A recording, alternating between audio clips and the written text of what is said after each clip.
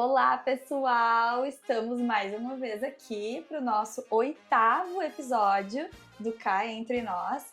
E dessa vez, com uma convidada que vocês já conhecem, a Bruna, nossa otorrinolaringologista aqui da clínica e super amiga, para falar de um tema muito importante. E muito negligenciado, né? Muito negligenciado, que é sono. Estamos, então, na Semana do Sono, agora em março. Conta pra nós, Bru, um pouquinho dessa iniciativa, o que é esse movimento da Semana do Sono. A Semana do Sono é um movimento nacional em que são feitas várias ações ao longo do país para valorizar e trazer para as pessoas a importância da saúde do sono. É um evento que é organizado pela Sociedade Brasileira de Medicina do Sono e é um evento muito legal porque é espalhado pelo Brasil inteiro e que traz várias mensagens de conscientização desse tema que é muito negligenciado, né? Muito. A gente vive uma sociedade assim que não quer perder tempo, que quer produzir muito e as pessoas acabam às vezes deixando o sono de lado, né? Eu preciso acordar cedo para dar conta de ir na academia, de trabalhar, de fazer tudo que eu tenho que fazer, de render e acabam deixando o sono de lado, sendo que ele é um pilar fundamental para que a gente consiga fazer todas as outras coisas. Então hoje a gente tem que começar a desconstruir aquela frase que a gente muito escutava, que é: trabalha enquanto eles dormem. Exatamente. Não é bem assim. Se a gente não dorme bem, não vai ter uma vida de qualidade, não vai ter qualidade de vida no trabalho, na vida pessoal, profissional. Não vai fazer nada direito. Não vai fazer nada direito, né? E traz, assim, alguns dados para nós, Bru, então, importante, sobre as questões do sono, de que forma o sono impacta, de fato, na qualidade de vida. Eu gosto de dizer para as pessoas que, às vezes, a gente tem a ideia de que dormir é fechar uma chave, né? Desliga uma chave, apaga tudo, deita e dorme. Mas dormir é um processo ativo. Tem muita coisa acontecendo no nosso corpo enquanto a gente dorme. Então a gente tem a regulação do sistema cardiovascular, a gente tem secreção de hormônios, a gente tem controle de apetite, regulação de fome e saciedade. A gente tem muitas funções que estão acontecendo e que se a gente não dorme bem e o tempo suficiente, a gente está perdendo saúde, né? Então,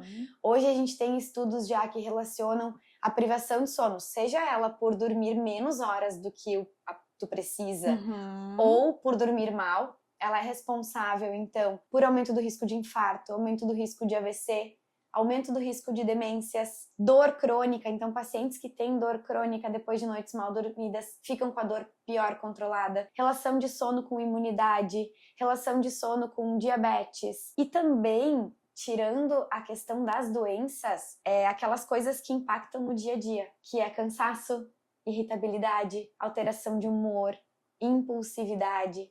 Então, eu sempre digo que sim, a gente precisa dormir bem para prevenir doenças, mas mais do que isso, né? A gente precisa dormir bem para ter qualidade de vida. Às vezes eu atendo pessoas que me dizem assim: eu tô cansado porque eu trabalho muito, porque a vida é muito corrida. Não, mas se tu dorme bem, tu vai estar descansado no outro dia, né? Então, até nisso, às vezes, as pessoas elas não se dão conta de que isso pode estar vindo de um problema de sono. A gente que trabalha com crianças, eu acho que precisa dar mais importância ainda para o sono, porque se tudo isso vale para o adulto, imagina para a criança, que é um cérebro em formação. É um corpinho todo que está em formação e que depende de um sono de qualidade para produzir hormônios, para crescer, para se desenvolver. E o adulto, né? Precisei dormir menos horas, não tive um sono de boa qualidade em virtude das demandas da vida. Beleza, a gente acorda no outro dia, bota uma cafeína pra dentro, vamos lá, a gente se resolve. A criança não sabe fazer isso, né, Bru? E nem pode, né? E nem pode. Não vai tomar cafeína, obviamente. Mas eles não vão saber fazer esse gerenciamento do comportamento que a gente consegue fazer. Então é uma criança que vai pra aula, que vai ter impacto no rendimento escolar, no comportamento, na socialização. E dando enfoque, então, para as crianças, que é o nosso principal público de atuação, né? Dentro da otorrino e da odontopediatria, conta um pouco para nós quais são as questões, assim, que um sono de má qualidade ou uma restrição de sono vai impactar na criança, especialmente, assim, falando das questões de funcionalidade mesmo dessa criança, né? Quais são os impactos mais importantes? A criança que não dorme, ela apresenta um comportamento parecido com crianças que têm transtorno do déficit de atenção e hiperatividade. O adulto, quando ele dorme mal, ele tende a ficar sonolento no outro dia. A criança que dorme mal, ela tende a ficar mais agitada. Nossa, isso é muito importante. Muito importante. Então, realmente é uma criança que ela não consegue se concentrar na escola, ela tem dificuldade de aprendizado, ela fica mais irritada, ela tem um comportamento mais desafiador. E no dia a dia, a gente acaba recebendo muitas crianças já em investigação de TDAH, às vezes até medicadas, e que estão dormindo mal. Porque são critérios de comportamento ou, né, questões que batem com outros transtornos, com outros problemas, né? Exatamente. Transtornos até do neurodesenvolvimento. Exatamente. Então, é fundamental a gente olhar para isso especialmente nas crianças, né? Óbvio que no adulto também é importante, mas eu brinco que, sim, transtornos de sono têm tratamento, mas a gente consegue curá-los na infância. Na infância, a gente consegue plantar para colher no futuro um adulto que não tenha distúrbios de sono. E no adulto a gente já tem uma estrutura formada, então a gente vai tapeando, né? Mas na criança a gente consegue resolver esses problemas. Por exemplo, um dos principais transtornos de sono é relacionado ao ronco e à apneia do sono. Né? Acho que é bem importante a gente entrar nessa questão agora. Quais são os distúrbios associados ao sono que podem, então, levar a esse problema, esse prejuízo no desenvolvimento de um todo, assim, da criança e do adulto. Então, temos ronco, né? Que é o principal distúrbio, né? Claro, perde um pouquinho para insônia, mas nos adultos, né? Mas nas crianças é o distúrbio mais prevalente.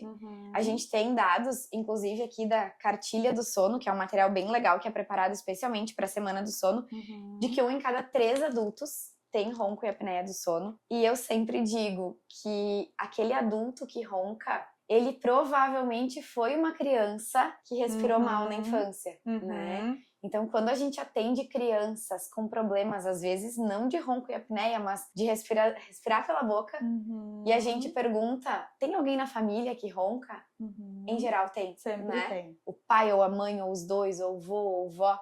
Então, são distúrbios muito frequentes. Pensa que 1 a cada 3 adultos, então nós estamos em 3 aqui, eu, a Paola, né, e o João. Um de nós 3 aqui tem ronco ou apneia. É muito prevalente. Muito prevalente. Vale ressaltar também que ronco não é só aquela coisa estrondosa, né? Uma respiração ruidosa já é um início de ronco, né? Então o ronco tem estágios, né, Bru? Exato. Na verdade, tem estudos que comprovam que mesmo que a pessoa não ronque, só o fato de ela não respirar pelo nariz, de respirar pela boca, já piora a qualidade de sono porque induz microdespertares.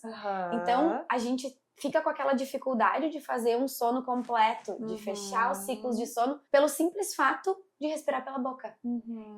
Por isso que às vezes é um distúrbio silencioso, passa batido, a criança dorme no outro quarto, os pais não percebem. Então, os prejuízos, eles não acontecem só quando a gente tem aquele ápice, que é o barulho, que é a apneia.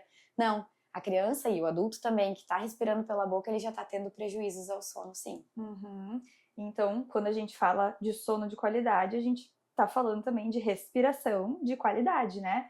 E quais são as questões, do ponto de vista respiratório, os principais causadores de uma respiração ruim? Em crianças, a principal causa de obstrução nasal, então, de o nariz não funcionar, é rinite alérgica disparado, que é super comum, especialmente aqui na nossa região, e que é muito fácil de ser tratado. Depois da rinite, a gente tem o aumento das adenoides, o aumento das amígdalas, né, que são tecidos que ficam dentro da via aérea e que, quando estão aumentados, obstruem a passagem do ar. E a gente também tem, né, Paola, as malformações ósseas, né? A gente tem estreitamentos na face, que a Paola é especialista nisso e pode explicar ainda melhor. Céu da boca estreito, um queixinho posicionado mais para trás, essas alterações, disfunções de crescimento, né? Que vão favorecer, então, um desenvolvimento de um nariz menorzinho especialmente porque o céu da boca é o que divide nariz de boca. Se esse céu da boca cresce mais para cima do que para os lados, ele vai acabar roubando espaço do nariz e muitas vezes a criança vai precisar de um aporte de ar maior e vai acabar começando a respirar pela boca. Muitas vezes não é nem porque estava num quadro agudo, obstrutivo, mas porque vem apresentando dificuldade de respiração, porque o nariz é menorzinho, eventualmente vai ter rinite associada, vai dificultar ainda mais e começa a respirar pela boca. E é algo assim que é engraçado quando a gente conversa com as famílias no consultório, é uma coisa que tu pergunta e os pais nem se dão conta, né?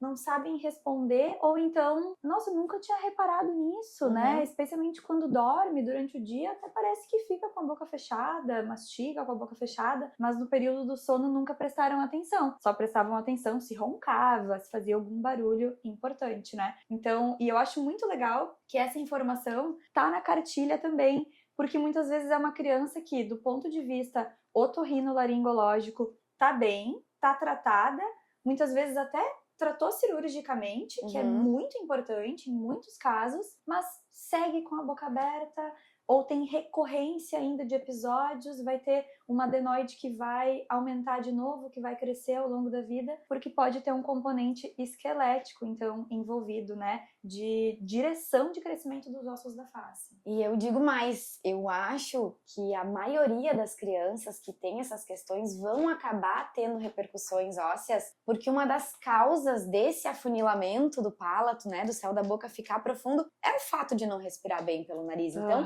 vai virando uma bola de neve. É uma bola de neve. Às vezes não dá nem pra saber o que veio antes. Exato. Se era a respiração ruim que fez com que mudasse a postura e a desordem, ou já era uma anatomia desfavorável que desfavoreceu a respiração, né? Exatamente. E essa questão de a gente ir além do tratamento do otorrino, né, e por isso que essa parceria com o odontopediatra é tão importante, é porque a gente sabe que um dos principais estímulos para redução da adenoide, e fisiologicamente a gente vai ter uma redução da adenoide, as crianças, elas têm um pico de crescimento na infância, lá pelos 7, 8 anos a adenoide estabiliza, depois ela vai evoluir, a maioria dos adultos não tem a carne esponjosa, né, a adenoide. A gente sabe que o principal estímulo para essa redução é a passagem de ar pelo nariz. Então, às vezes a gente opera uma criança que tem uma adenoide grande, mas se o nariz continuar estreito, essa adenoide ela tem uma chance maior de voltar.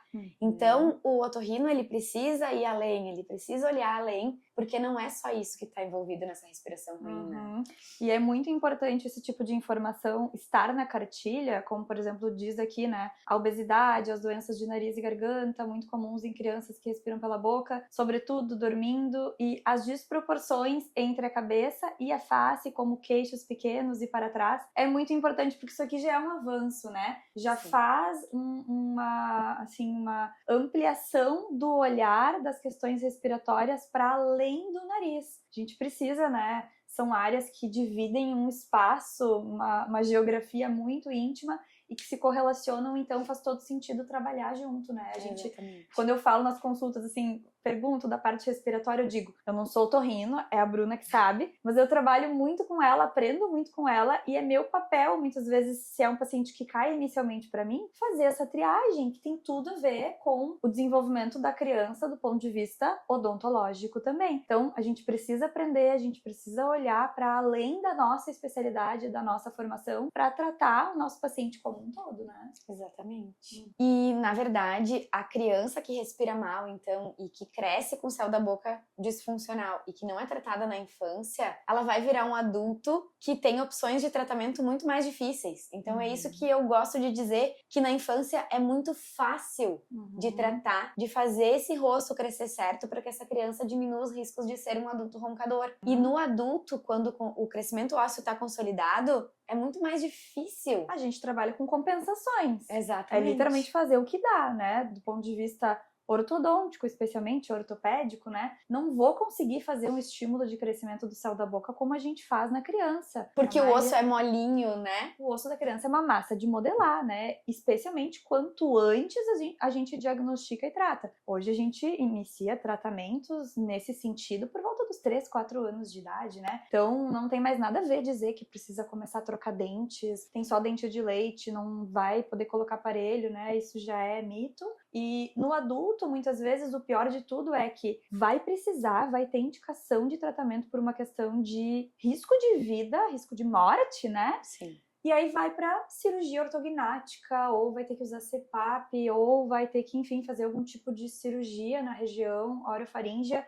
que ok, são coisas que às vezes vão ser necessárias, mas que são muito mais invasivas, né? Sim, e que são muito mais facilmente tratáveis na infância. Exato. E às vezes vão ser coisas necessárias e que nem vão ter o mesmo sucesso e a mesma resolutividade do que se a gente tivesse tratado na infância, que é onde de fato a gente consegue tratar, né? Resolver 100% o problema. Exatamente. E se a gente fosse pensar assim nas consequências, né, de uma má qualidade de sono, o que a gente poderia pensar nos impactos, né? Aqui a gente tem de novo, mais uma vez, questões importantes na cartilha, que inclusive vocês vão poder ver na descrição aqui desse vídeo o link para ter acesso a essa cartilha, que é um material super legal que a Associação Brasileira de Sono organizou. Então a gente quer ler, né, essa parte da cartilha que a gente acha muito importante, porque o sono de má qualidade ele pode gerar várias consequências. Consequências de prejuízo para atenção, concentração, memória,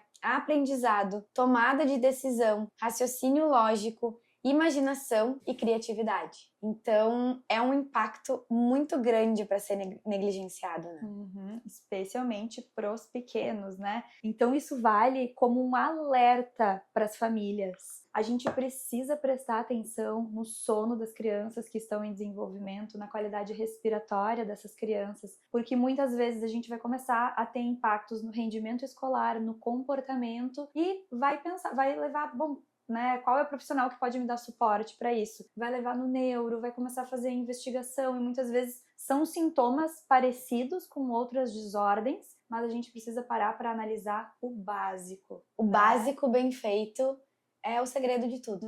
Hoje, nessa sociedade imediatista que a gente vive, buscando soluções simplificadas, uma das questões mais óbvias, e óbvias não, mas mais indicadas, mais fazidas é: vamos tomar uma medicação aqui, vamos tomar uma medicação para TDAH, né, para melhora de comportamento, para melhorar o foco. Mas, na verdade, se o problema é uma questão basal que está disfuncional, como, por exemplo, o sono ou a respiração, a gente vai estar tapando o sol com a peneira. Exatamente. Então, vamos prestar atenção na criançada em casa e vamos buscar profissionais que prezam por esse tipo de cuidado, que olham além da sua especialidade, que estão atualizados, né? Porque, infelizmente, muito a gente escuta ainda, agora puxando a brasa para o meu assado da odontologia, que não tem como fazer mandíbula crescer para frente, a gente não tem como melhorar isso, né? Então, vamos buscar profissionais que estejam de acordo com essa ideologia, atualizados e olhando para os pacientes de fato como um todo, né? E para as famílias, o alerta, né? Prestem atenção no sono dos seus filhos. Como é que tá a respiração dessa criança? Essa criança tem um sono tranquilo ou ela tem um sono agitado? Essa criança tem muitos despertares, essa criança acorda chorando, né? Essa criança pede água durante a noite. São alguns sinais de que ela pode estar com algum distúrbio obstrutivo. E também, além, né, do distúrbio do sono em si, a gente prestar atenção em fazer os nossos filhos dormirem, né?